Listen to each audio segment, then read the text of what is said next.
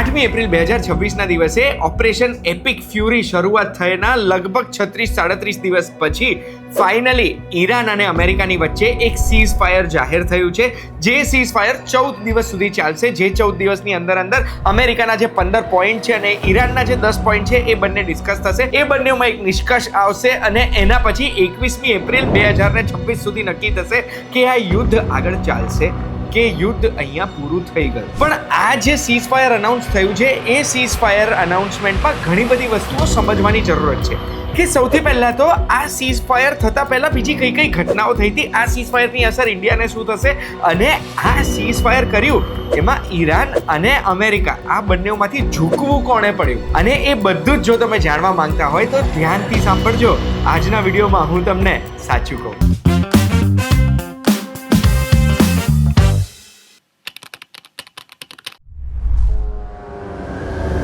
You are watching સાચું કહું. મારું નામ છે ગુંજ ઠક્કર. હવે સૌથી પહેલા તો 21મી માર્ચની આપણે વાત કરીએ, જ્યારે ડોનાલ્ડ ટ્રમ્પે કહી દીધું કે બસ હવે બહુ થઈ ગયું, 48 કલાકનો સમય આપું છું, જો સ્ટ્રેટ ઓફ હોર્મુઝ ના ખોલ્યું તો ઈરાનના બધા પાવર પ્લાન્ટ અમે ઉડાવવા લાગીશું. જેના જવાબમાં ઈરાને બી કીધું હતું કે અગર અમારા પાવર પ્લાન્ટ્સને કશું બી થાય છે તો અમે આજુબાજુ એટલે સાઉદી અરેબિયા, કુવેત, કતર આ બધાના જ પાવર પ્લાન્ટ ઉપર અમે અટેક કરીશું, યુએઈ પર અટેક કરીશું અને આખું મિડલ ઈસ્ટ ડિસ્ટર્બ કરી નાખીશું. 48 કલાક પૂરા થયા 23મી માર્ચે, ત્યારે ટ્રમ્પે કીધું કે અમારી વાતચીત આગળ વધી રહી છે બોસ, આપણે અત્યારે કોઈ પણ પાવર પ્લાન્ટ ડિસ્ટ્રોય કરવા નથી. પછી ડોનાલ્ડ ટ્રમ્પે કીધું કે આ વાતચીત 10 દિવસ સુધી ચાલશે, 10 દિવસમાં જો નિષ્કર્ષ નહીં આવે તો 6ઠી એપ્રિલના દિવસે અમે પાછું પાવર પ્લાન્ટ બ્રિજ ને બધું ઉડાવવા લાગીશું. 6ઠી એપ્રિલ આવતા ડોનાલ્ડ ટ્રમ્પનો પિત્તો ગયો, પેશન્સ ગુમાયું અને અભદ્ર ભાષામાં એક મેસેજ એવો કરી દીધો કે જલ્દી સ્ટ્રેટ ઓફ હોર્મુઝ ખોલો ઈરાન. પછી 7મી એપ્રિલે ઇન્ડિયાની રાત્રે ડોનાલ્ડ ટ્રમ્પે એવો મેસેજ કર્યો જે કદાચ એક ન્યુક્લિયર યુદ્ધનું હિન્ટ આપે છે કે ઈરાનનું 5000 વર્ષ જૂનું સિવિલાઇઝેશન વાઇપ ઓફ થઈ જશે, આખી જનરેશન ખતમ થઈ જશે, એવો એક મોટો મેસેજ કર્યો, જેનાથી દુનિયાભરમાં બીક લાગી ગઈ કે કદાચ આ ન્યુક્લિયર યુદ્ધ તરફ તો આગળ નથી વધી રહ્યું ને. પણ 8મી એપ્રિલે જે છેલ્લા 48 કલાક આપ્યા હતા એ ઇન્ડિયાના સવારના 5:30 વાગે પૂરા થતા હતા, પણ એના 1.5 કલાક પહેલા જ ડોનાલ્ડ ટ્રમ્પે બહાર આવીને કહી દીધું કે અમે આવનારા 14 દિવસ માટે સીઝ ફાયર કરવાના છે, ઈરાન અને અમેરિકા બંનેઓ. એટલે અમેરિકા ઈરાન ઉપર કોઈ હુમલો નહીં કરે, ઈરાન એની સામે ડિફેન્સમાં કોઈ પણ અમેરિકન વેસલ્સ ઉપર હુમલો નહીં કરે. અને આ જે સીઝ ફાયર થયો છે એ સીઝ ફાયર એટલે થશે કારણ કે ઈરાને સ્ટ્રેટ ઓફ હોર્મુઝને ખોલી દેવાની હા પાડી દીધી છે. એટલે સ્ટ્રેટ ઓફ હોર્મુઝમાં દુનિયાભરની જેટલી પણ શિપ્સ ફસાયેલી હતી એ બધી શિપ્સ કાઢવા માટે એમણે કોઓર્ડિનેટ કરવું પડશે ઈરાનની આર્મ્ડ ફોર્સિસ જોડે.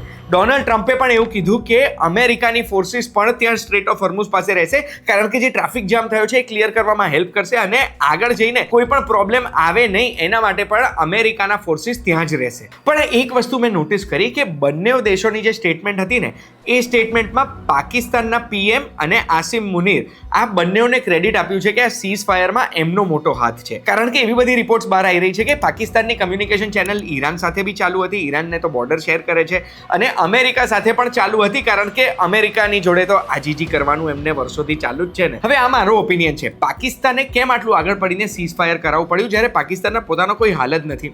તો એનો જવાબ આ સવાલમાં જ છુપાયેલો છે કે અગર જો મિડલ ઈસ્ટમાં કોઈ પણ લાંબી ટેન્શન થાય છે ને તો પાકિસ્તાન એઝ અ દેશ ખતમ થઈ જાય, કારણ કે ના એમની પાસે ફ્યુલ સ્ટોરેજ છે, ના એમની પાસે એનર્જી સ્ટોરેજ છે, ના એમની પાસે પૈસા છે, દેવું ચૂકવવાના પૈસા તક નથી, યુએઈમાં જે પેમેન્ટ કરવાનું હતું એમાં બી એક્સટેન્શન માંગતા હતા. એટલે પાકિસ્તાને આ સીઝ ફાયર કરાવવું જ પડે એવું હતું. આ મારું ઓપિનિયન છે. બીજી એક ઇન્ટરેસ્ટિંગ વસ્તુ આજે સવારે મેં નોટિસ કરી હતી કે પાકિસ્તાનના પીએમ શહેબાઝ શરીફે જ્યારે ટ્વીટ કરેલો ને આ સીઝ ફાયરનો તો એમાં ઉપરથી ભૂલથી આખો મેસેજ કોપી થઈ ગયો હતો, જેમાં એવું લખેલું આવતું હતું draft message for Pakistan PM. એનો મતલબ એ છે કે એમને કોઈકે બનાવીને મોકલેલું કે તમારે ટ્વીટ શું કરવાનું છે ભાઈ. હવે એમના દેશની કોઈ એમની સોશિયલ મીડિયા એજન્સી એમના સેક્રેટરી હોય તો કે અવર પીએમ કે ને, પાકિસ્તાન પીએમ લખેલું છે એટલે કાં તો અમેરિકન એજન્સી કોક છે, ડોનાલ્ડ ટ્રમ્પે મોકલાયો હોય મેસેજ કે ભાઈ તું આ કરજે, કાં તો પછી ચાઇનાએ મોકલાયો હોય. પોઈન્ટ બીઈંગ આ પાકિસ્તાન જે વચ્ચે છે ને બધે શાહબાઝ શરીફનું નામ લઈ રહ્યા છે ને બધા, એમાં મને તો દાલ મેં કુછ કાલા લગ રહા હૈ. પાછા આપણે સ્ટોરીમાં પાછા આવીએ તો આ સીઝ ફાયર અગર જો થઈ જાય છે તો શું ઇઝરાયલ જે ત્રીજો દેશ હતો આ યુદ્ધમાં જોડાયેલો એ સીઝ ફાયરને માનશે? તો ઇઝરાયલની પીએમ ઓફિસે ટ્વીટ કરીને જણાવ્યું કે આ સીઝ ફાયરને વેલકમ કરે છે અને ઈરાન પાસે ન્યુક્લિયર મિસાઇલ્સ નથી રહેતા, એમાં ઇઝરાયલનો પણ ફાયદો છે. હવે આગળ વધીએ ને એ પહેલા સીઝ ફાયર તો થઈ ગયું, પણ એની ભારત ઉપર શું અસર પડશે? તો ભારત ઉપર મને મેઇનલી અત્યારે બે મોટી અસરો દેખાઈ રહી છે. સૌથી પહેલા જે આપણો રૂપિયો પડી રહ્યો હતો ને એ રૂપિયો પડવાનું કારણ ક્રૂડ ઓઇલનો વધતો ભાવ પણ હોય. ક્રૂડ ઓઇલ શું છે? ક્રૂડ ઓઇલ આપણે જેટલું મંગાવવાનું છે એટલું તો આપણા દેશમાં આપણે 80-85% જેટલું ઇમ્પોર્ટ કરીએ છીએ, એટલું તો ઇમ્પોર્ટ કરતા જ રહેવું પડવાનું છે. હવે એટલા ને એટલા ક્રૂડ ઓઇલનો જેટલું વોલ્યુમ આપણે મંગાવીએ છીએ લાવીશું, પણ જો એનો ભાવ વધશે તો એ ભાવ વધે તો એનું પેમેન્ટ આપણે કમ્પલસરી US ડોલરમાં કરવું પડે, જેને પેટ્રો ડોલર કહેવાય છે, કે આપણે ક્રૂડ ખરીદવું હોય તો પેમેન્ટ US ડોલરમાં જ કરવાનું. મોંઘો ડોલર હોય એનો મતલબ એ છે કે આપણા દેશમાંથી વધારે પૈસા જઈ રહ્યા છે. વિડીયોમાં આગળ વધતા પહેલા એક બહુ જ સારા સમાચાર આપવા માંગુ છું તમને. ઘણા બધા વર્ષોથી ઘણી બધી વિડીયોઝ બનાવી છે, પણ મને અત્યાર સુધી લોકો પૂછતા હતા કે પોડકાસ્ટની શરૂઆત હું કેમ નથી કરતો, લોકોની સાથે વાતો કરું છું તો લોકો તો ખુલીને મારી જોડે વાત કરે જ છે. બસ એ જ રિક્વેસ્ટને માન આપીને તમારા માટે ચેટ મસાલા પોડકાસ્ટ આ નવી ચેનલ શરૂ કરી છે, જેની લિંક ડિસ્ક્રિપ્શનમાં છે. મારી તમને રિક્વેસ્ટ છે કે એ લિંક ઉપર ક્લિક કરીને ચેટ મસાલા પોડકાસ્ટને સબસ્ક્રાઇબ કરજો. વિડીયોઝ ઘણા બધા મૂકી દીધા છે, કામના વિડીયોઝ છે, જોજો. અને હવે આપણે વિડીયોમાં ફરી પાછા જઈએ. એવી ઘણી બધી રિપોર્ટ્સ છે, કેલ્ક્યુલેશન્સ છે કે અગર ક્રૂડ ઓઇલનો ભાવ $1 પણ જો વધે છે તો એનાથી એન્યુઅલી એક વર્ષમાં આપણને 15 થી 16,000 કરોડ રૂપિયાનું નુકસાન થાય છે. એટલે જ ક્રૂડ ઓઇલમાં જેવો ભાવ વધવા લાગ્યો ને એવો ડોલર પણ મોંઘો થવા લાગ્યો, કારણ કે આપણા રૂપિયા ત્યાં આગળ ઓછા થતા હતા, રૂપિયાની ડિમાન્ડ ઓછી થતી હતી, ડોલરની વધારે થતી હતી. This is one of the factors. પણ જેવું આ સીઝ ફાયર અનાઉન્સ કર્યું ને એવું તરત જ ક્રૂડમાં 15%નો કડાકો બોલી ગયો, ક્રૂડ 15% પડી ગયું.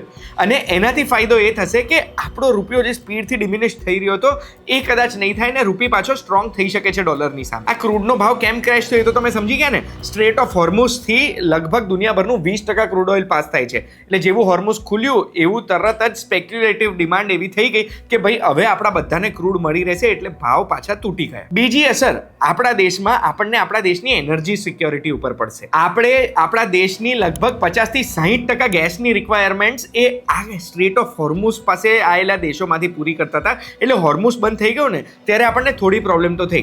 લગભગ 8 જેટલી શિપ LPG ભરીને આપણા દેશ સુધી તો આવી ગઈ, પણ બીજી 16 જેટલી શિપ્સ તો આપણી ફસાયેલી હતી જો હોર્મુઝમાં, જેમાંથી 5 ક્રૂડ ઓઇલના ટેન્કર્સ હતા ભરેલા ક્રૂડ ઓઇલ સાથે, એક LNGનું ભરેલું ટેન્કર હતું અને છેલ્લું એક LPG ભરેલું ટેન્કર બચ્યું હતું. આ બધા હવે હોર્મુઝ ખુલ્યો છે એટલે આપણા સુધી આવી શકશે. બીજું, કતારની જે સૌથી મોટી LNGની રિફાઇનરી હતી, જે લિક્વિફિકેશન પ્લાન્ટ હતો એ બંધ પડ્યો હતો. એટલે હવે જો સ્ટ્રેટ ઓફ હોર્મુઝ ખુલી જશે, અહીંયા શાંતિ થશે, તો એ કતારનો પ્લાન્ટ પાછો ચાલુ થઈ શકે છે. એ પાછો ચાલુ થાય એટલે પાછું આપણને તો મળશે, દુનિયાભરમાં LNGની રિક્વાયરમેન્ટ્સ પણ પૂરી થશે. પોઈન્ટ એ છે કે આવનારા 2 અઠવાડિયામાં આપણા દેશમાં આપણે નોર્મલસી એક્સપેક્ટ કરી શકીએ છીએ, પણ 21મી એપ્રિલ 2026 જ્યારે 14 દિવસનો સમયગાળો પૂરો થાય છે ને, એ જેવો સમયગાળો પૂરો થાય એના પછી શું, એના માટે નેક્સ્ટ ચેપ્ટર. હવે અહીંયા આવશે આવનારા 14 દિવસનો અજેન્ડા. અજેન્ડા શું છે કે ઈરાને 10 પોઈન્ટ મૂક્યા છે, અમેરિકાએ 15 પોઈન્ટ મૂક્યા છે, જેની ચર્ચા થશે અને એના ઉપર નેગોશિએશન થશે ને એ નેગોશિએશનથી નક્કી થશે કે આગળ આ યુદ્ધ વધારવાની જરૂરત છે કે પછી અહીંયા આગળ બધું ઠંડુ પડી ગયું. તો હું તમને જે ઈરાનના 10 પોઈન્ટ છે ને એમાંથી મેઇન પોઈન્ટ્સ કહેવા માંગુ છું. જે ઈરાન એમ્બેસીએ એવું ટ્વીટ કર્યું છે કે યુએસએ કીધું છે કે આ વર્કેબલ છે, એના ઉપર ચર્ચા થઈ શકે એમ છે. તો સૌથી પહેલા તો અમેરિકાએ અગ્રેશન મૂકી દેવી પડશે, એટલે ઈરાન ઉપર હમલા બંધ કરી દેવા પડશે. બીજું, અમેરિકાએ માનવો પડશે ઈરાનનો કંટ્રોલ છે સ્ટ્રેટ ઓફ હોર્મુઝ ઉપર, અને એમાં ઈરાન જો જેવું સુએઝ કેનાલ પર ઇજિપ્તનો કંટ્રોલ છે અને ઇજિપ્ત પૈસા કમાય છે, એવી રીતે આજે ઈરાને સ્ટ્રેટ ઓફ હોર્મુઝ પરથી પૈસા કમાવા છે, ફીસ લગાડવી છે જહાજો ઉપર, તો એ લગાડી શકે. એના સિવાય યુરેનિયમને એનરિચ કરવાની વાત કરી છે કે ઈરાન યુરેનિયમને એનરિચ કરી શકે. હવે આ યુરેનિયમ એનરિચમેન્ટ જ્યારથી આ યુદ્ધ શરૂ થયું ત્યારથી આપણે સાંભળી રહ્યા છે, તો હું ટૂંકમાં તમને સમજાવવા માંગુ છું યુરેનિયમ એનરિચમેન્ટ હોય શું. જે નેચરલી અવેલેબલ યુરેનિયમ હોય, જે રેડિયો એક્ટિવ છે ને, એ 0.7% જ પ્યોર યુરેનિયમ છે. એને એનરિચ કરવું પડે તો જે વેપનમાં યુઝ થઈ શકે કે પાવર પ્લાન્ટમાં યુઝ થઈ શકે. હવે આ યુરેનિયમને એનરિચ કરવા એટલે પ્યોર યુરેનિયમ એક્સટ્રેક્ટ કરવા માટે યુરેનિયમ હેક્ઝાફ્લોરાઇડ ગેસમાં કન્વર્ટ કરવું પડે અને એક સેન્ટ્રીફ્યુજમાં મૂકવું પડે. જે સેન્ટ્રીફ્યુજ ગોળ ગોળ ફરે તો જે હેવીયર યુરેનિયમ છે એ બહારની બાજુ કલેક્ટ થાય, અને એ કલેક્ટ કરીને જેટલું પ્યોર યુરેનિયમ ભેગું થાય ને એટલા % એને એનરિચ્ડ યુરેનિયમ કહેવાય. હવે જ્યારે યુરેનિયમને પાવર પ્લાન્ટમાં યુઝ કરવો હોય તો 3% થી લઈને 50% સુધીનું એનરિચ્ડ યુરેનિયમ હોય ને, તો પાવર પ્લાન્ટ પ્લાન્ટમાં યુઝ કરી શકીએ છીએ, જેનાથી વીજળી ઉત્પન્ન કરી શકીએ છીએ. પણ વેપન્સમાં એટલે ન્યુક્લિયર વેપન્સમાં જો આપણે યુરેનિયમને યુઝ કરવું હોય ને તો એના માટે 90% એનરિચમેન્ટ જોઈએ. તો એ ફ્યુઝન પ્રોપરલી થશે તો એ ધડાકો મોટો થશે. બેસિકલી ઈરાને આ એનરિચમેન્ટ કન્ટિન્યુ રાખવું છે, જે એનરિચમેન્ટ જ યુએસ અને ઇઝરાયલ બેવને પહેલેથી નડતું હતું. આના સિવાય ઈરાનની બીજી ટર્મ્સ એ છે કે અમેરિકાએ વર્ષોથી જે સેન્કશન્સ લગાડી છે ઈરાન ઉપર, એ સેન્કશન્સ બધી હટી જાય એટલે દુનિયાભર સાથે ઈરાન ટ્રેડ કરી શકે. પછી અમેરિકાએ ઈરાન ઉપર જેટલા હમલા કર્યા છે એ હમલામાં ઈરાનનું જેટલો બી નુકસાન થયો છે એનું કોમ્પન્સેશન અમેરિકા આપે. એના સિવાય આખા રિજિયનમાં અમેરિકાની જેટલી પણ ફોર્સિસ છે, ટ્રુપ્સ છે, બધા વિડ્રો કરી લે. હવે આમાં સાઉદી અરેબિયા, યુએઈ બધાને જે યુએસની ફોર્સિસ સિક્યોરિટી આપે છે, કતરને ને બધાને, એનું શું એ આમાં ક્યાંય લખ્યું નથી, પણ ત્યાંથી તો યુએસ નથી જ નીકળવાનો. એના સિવાય લેબેનોન ઉપર જે હમલો ચાલી રહ્યો છે ઇઝરાયલનો, એ હમલો બંધ કરી દેવા જોઈએ. આ છે મેઇન ટર્મ્સ. આની સામે અમેરિકાના પણ 15 પોઈન્ટ છે, જેમાં મેઇન પોઈન્ટ હું તમને કહેવા માંગુ છું. સૌથી પહેલો પોઈન્ટ અમેરિકાનો એ જ છે કે બોસ, ઈરાને યુરેનિયમ એનરિચમેન્ટ નથી કરવાનું બંધ કરી દેવું પડશે.